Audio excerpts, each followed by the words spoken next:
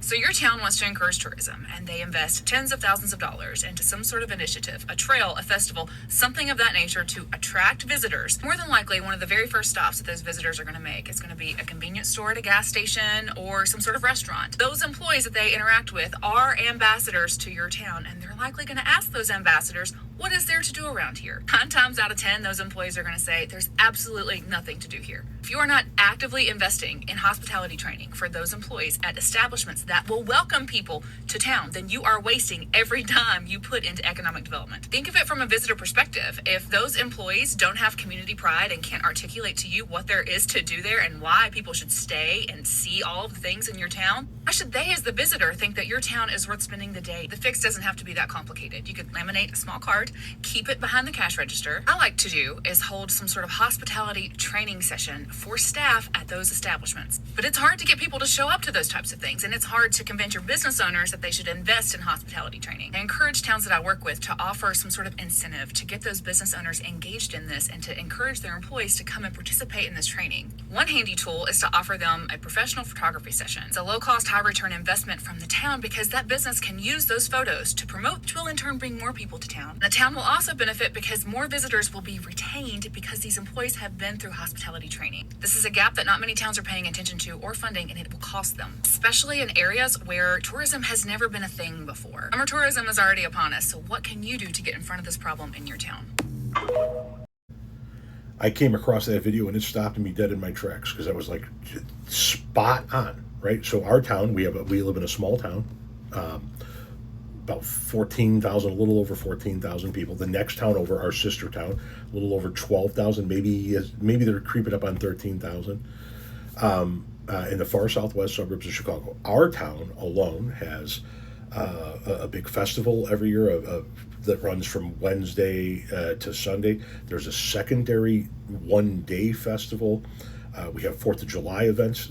People come in to check out our 4th of July events, which are going to be coming up here, obviously, very soon. There are a couple of different parades in town. There's a Civil War reenactment day that typically goes on in town. There are eagle watching events that go on in town. And when I came across this woman's video, I was like, wow, that is something that I think is accurate as hell and probably way more vital than we're thinking. Just a quick story time. The way we came about living in this area, in the Shanahan and Minooka area, was completely and utterly by accident. We were living all the way up on the northwest side, well, in the suburbs by the northwest side of Chicago, and I got a job down here in the southwest suburbs.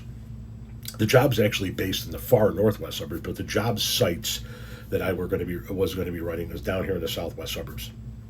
So I was commuting down here to my job sites, and during my lunch breaks, I would go scouting out whatever towns were down here in the area to see where we wanted to buy a house. And I got twisted and turned on a back road one day, and I wound up in the sister town, in Minooka, the next town over.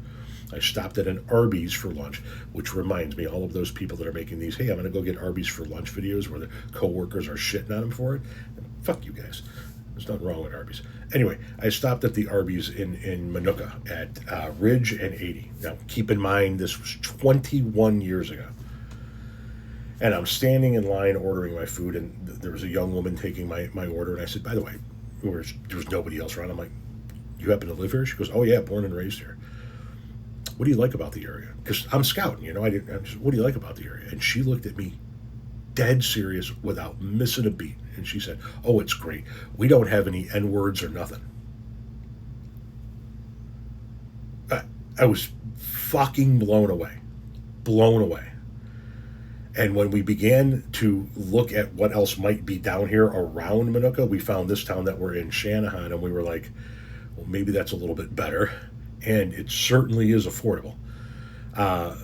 So she's right. Those people are the ambassadors, And can you imagine if we had some type of event going on, especially with our festival? Because our Wednesday through Sunday festival, the first day, Wednesday, is Special Needs Day, where the organization that puts on the festival brings in people from special needs camps and programs from all over, from Missouri, from Iowa, from Wisconsin, Michigan, Indiana, and obviously here in Illinois, Kentucky. They come from all over, and everybody is given free lunch under a nice big tent, and then the carnival runs the rides at slow speed with no music, so that they have a few hours of riding carnival rides without all of the overstimulation. It brings in a lot of people from out of town. When they stop at a gas station, when they stop at a convenience store, when they stop somewhere, anywhere in town, and grab something, the person behind the counter, you want that person to be selling the attributes of the town. You want that person to be letting people know letting people that are coming into the town know this is a good place to visit. This is a place that you want to visit. Those laminated cards, hell of an idea. If my village hall wanted to coordinate, put together some type of team or committee, I would be more than happy to volunteer to begin working on things like that. And yeah, I think that you might actually find some of the businesses in the area that would be open to it. I think you start obviously in the areas that are closest to the highway, where people are just getting off the highway to maybe get gas, maybe have that first peak at your town when they're getting off the highway there. You start with those businesses and then you expand out further, especially when it comes to when you do have these events like the festival, and you say, all right, well, the festival's further down in town, so more people are going to be hitting these shops, these stores, these locations, so let's make sure that these people have some civic pride and want to brag on their town a little bit. I think it's a brilliant idea. I never in a million years would have thought about it, and I'm going to be passing this one along to the people that run our village, the elected officials, and see what they have to say about it. Because listen, if you don't pimp yourself, nobody's going to pimp you.